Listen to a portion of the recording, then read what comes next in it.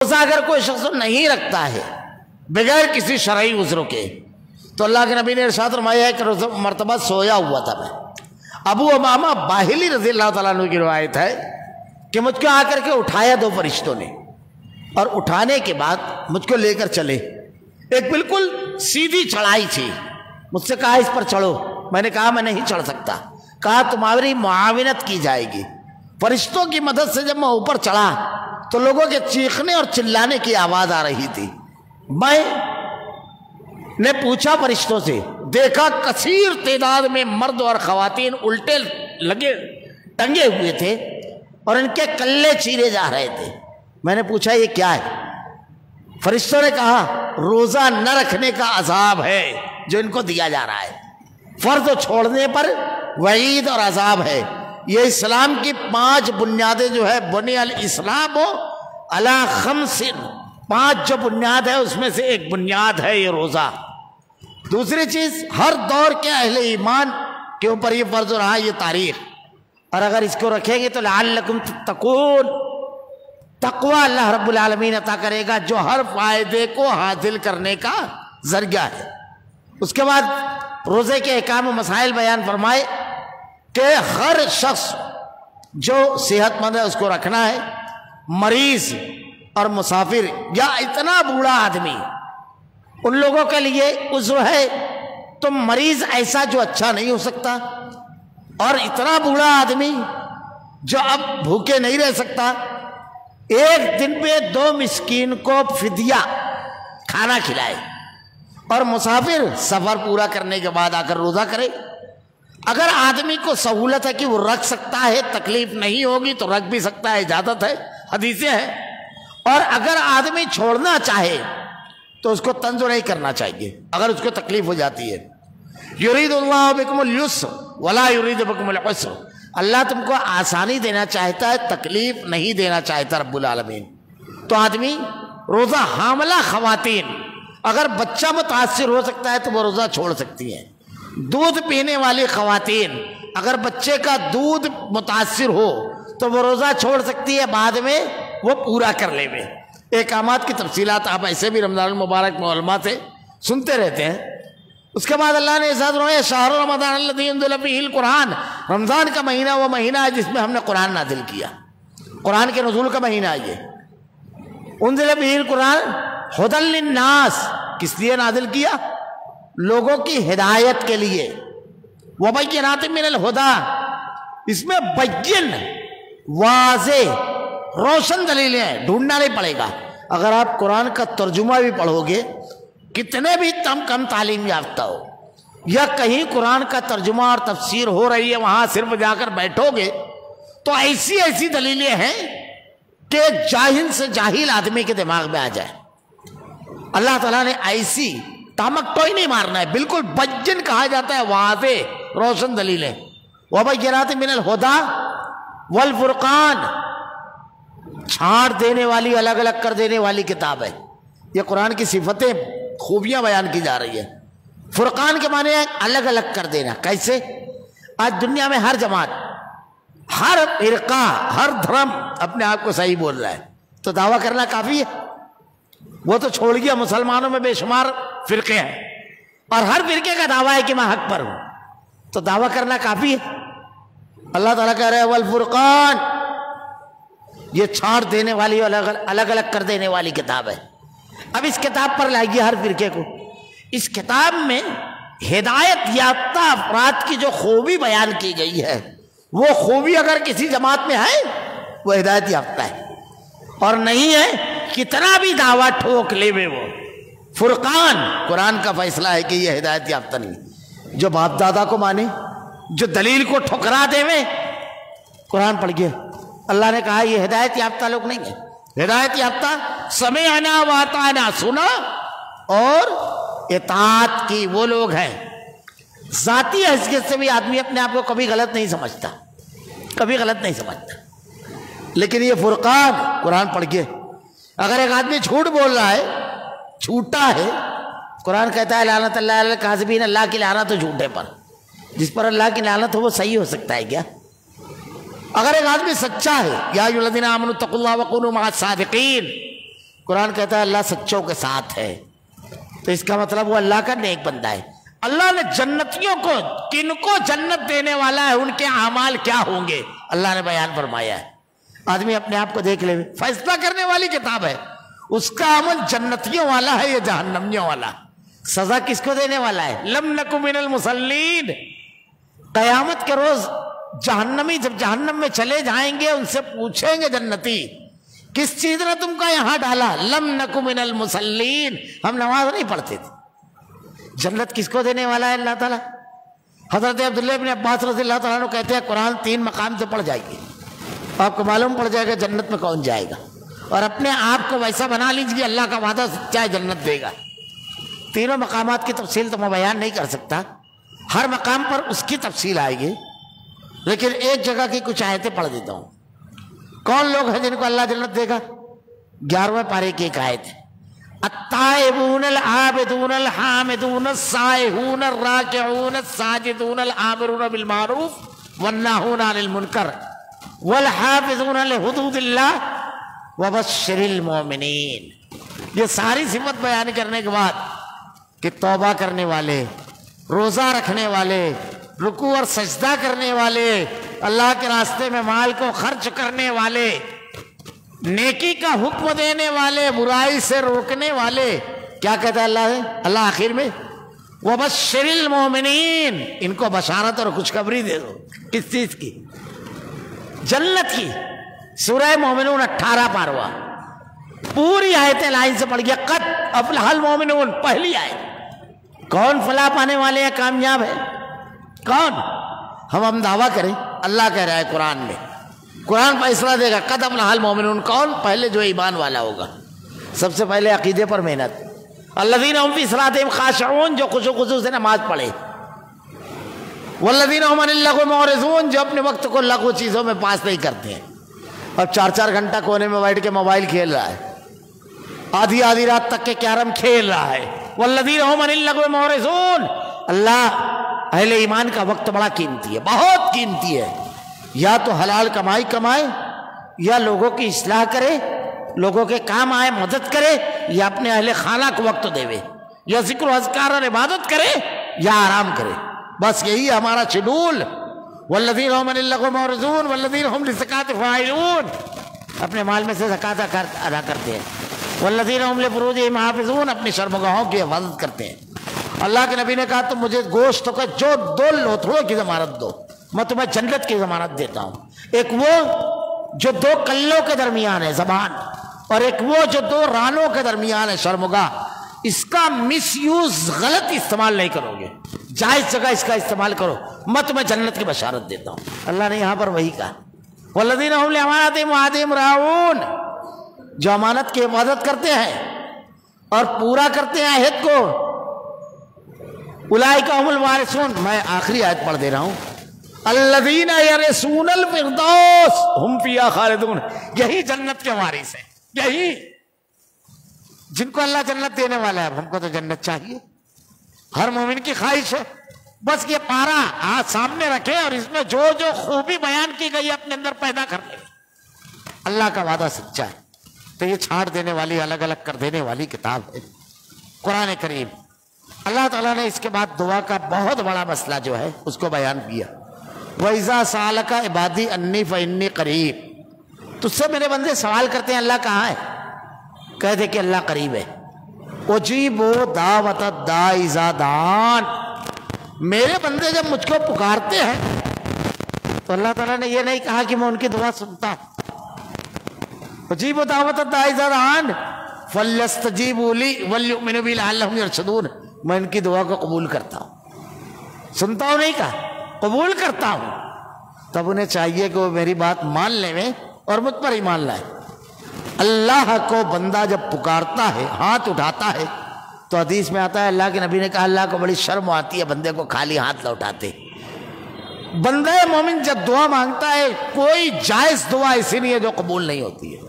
کبھی کبھی ایسا ہوتا ہے کہ ہم نے ایک دعا مانگی تو جو مانگا اللہ وہی دے دیتا ہے، جیسے کسی نے مال مانگا، مال مل گیا، گھر مانگا، گھر مل گیا، اولاد مانگی، اولاد مل گیا، بیماری سے شفا مانگی، وہ مل گیا۔ کبھی ایسا ہوتا ہے کہ نہیں ملتا ہے، لیکن دعا قبول ہو جاتی ہے۔ کیا ہوتا ہے؟ اللہ تعالیٰ جو مانگ رہا ہے بندہ، وہ تو اللہ تعالیٰ کی مشیت ہے کہ اس کو نہیں دیتا ہے، لیکن جب اس نے ہاتھ اٹھایا ہے تو اب خالی نہیں لوٹاتا ہے اللہ، اب دعا کو بدل دیتا ہے۔ اب یہ ہوتا ہے کہ کوئی مصیبت اس کے اوپر آنے والی ہے، اللہ اس کو ٹال دیتا ہے، شکل بدل دیتا ہے دعا کی۔ یہ بھی اگر نہیں ہوتا ہے تو وہ دعا آخرت کے لیے اللہ اٹھا دیتا ہے۔ قیامت کے روز بندہ ایک نیکی کے لیے اپنی پوری خاندان کے پاس جائے گا، بیوی بچے بھائی سب کے لگ، کوئی نہیں دے گا۔ لِكُلِّ امْرِئٍ مِّنْهُمْ يَوْمَئِذٍ شَأْنٌ يُغْنِيهِ، ایک چیز کافی ہوگی ساری محبت اور رشتے توڑنے کے لیے۔ اس دن اللہ تعالیٰ اس دعا کو جو ہم نے دنیا میں مانگی ہے وہ نیکی میں بدل دے گا، تو بندہ کہے گا کاش میری کوئی دعا قبول نہ ہوتی، سب نیکیوں میں بدل جاتی۔ آج دعا ہمیشہ نہ مانگنے پر اللہ ناراض ہوتا ہے، یاد رکھیے۔ یہاں پر ایک جملہ کہہ دوں، بعض لوگ کہتے ہیں کہ ہم کتنے مجرم ہیں، گنہگار ہیں۔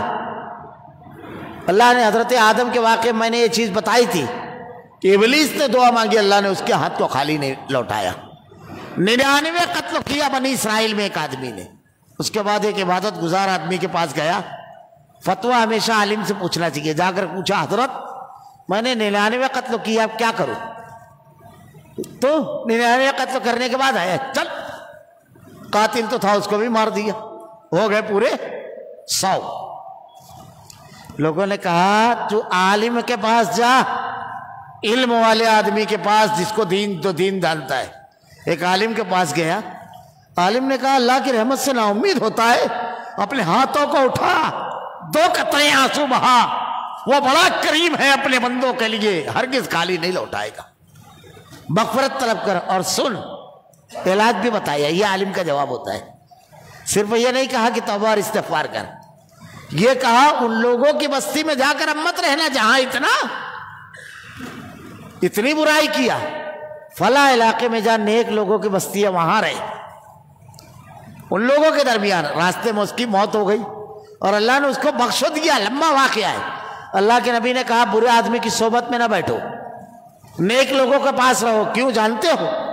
اللہ کے نبی نے بڑی پیاری مثال دی، اگر عطار کے پاس بیٹھو گے کچھ نہ کرو، اس کے عطر سے اٹھنے والی خوشبو تمہارے کپڑے اور ذہن و دماغ کو معطر کر دے گی، اور اگر لوہار کے پاس بیٹھو گے تو کچھ مت کرو، لیکن اس کی آنکھ سے اٹھنے والا دھواں تمہارے چہرے اور کپڑے کو کالا کرے گا اور تمہارے کپڑوں میں سوراخ۔ تو اللہ نے دعا کے بارے میں حکم دیا، دعا مانگنا چاہیے ہر وقت اور بلا وسیلہ۔ اللہ کے نبی نے 700 سے زیادہ دعا بتائی ہے، کسی میں وسیلہ نہیں بتایا۔ انبیاء کرام کی دعا قرآن میں اٹھا کر دیکھیے، حضرت ابراہیم علیہ السلام ربنا هب لنا من ازواجنا وذرياتنا قرة اعين واجعلنا للمتقين اماما، حسبنا اللہ ونعم الوکیل۔ حضرت یونس علیہ السلام کی دعا لا الہ الا انت سبحانک انی کنت من الظالمین۔ 18 سال حضرت ایوب علیہ السلام بیمار تھے، ربی انی مسنی الضر وانت ارحم الراحمین۔ حضرت موسیٰ علیہ السلام کی دعا رب انی لما انزلت الی من خیر فقیر۔ ایک بھی دعا میں آپ کو وسیلہ نہیں ملے گا۔ الدعاء هو العبادہ، میرے پاس یہ ایک الگ مستقل عنوان ہے، اگر میں کہوں تو گھنٹہ بھر اسی میں ناکافی ہو۔ اللہ کے نبی نے جو دعا کا طریقہ بتایا ہے، اللہ نے انبیاء کی جو دعا بتائی ہے بالکل صاف سمجھ میں آ جاتا ہے۔ اس کے بعد جو ہے کچھ آگے آپ جائیں تو طلاق کی مفصل بحث ہے، دوسرے پارے کے اختتام پر طلاق کی بڑی مفصل بحث ہے۔ اللہ نے ارشاد فرمایا الطلاق مرتان، طلاق 2 مرتبہ ہے۔ ہمارے معاشرے میں لوگوں کو طلاق دینے کا طریقہ نہیں معلوم، اسی لیے اتنا مسئلہ پیدا ہوتا ہے۔ سب سے پہلے طلاق کا طریقہ سمجھ لیجئے تاکہ آسانی آئے۔ طلاق کا طریقہ یہ ہے، طلاق گھر بگاڑنے کے لیے ضرور نہیں ہے، اس میں گھر بنتے بھی ہیں، لیکن شرط یہ ہے کہ شریعت کے مطابق آدمی کرے۔ طلاق کا طریقہ یہ ہے کہ مرد اور خواتین میں کسی بات پر اگر نہیں بنتا ہے معاملہ، تو صحیح یہ ہے کہ آدمی اپنی بیوی سے بنا ملاقات کیے، جب اس کو مخصوص ایام آتے ہیں اور ان کے بعد نہا دھو لے وے تو بنا ملاقات کیے 1 طلاق دے وے، اور 3 مہینے تک اس کے بعد کوئی رابطہ نہ رکھے اپنی بیوی سے۔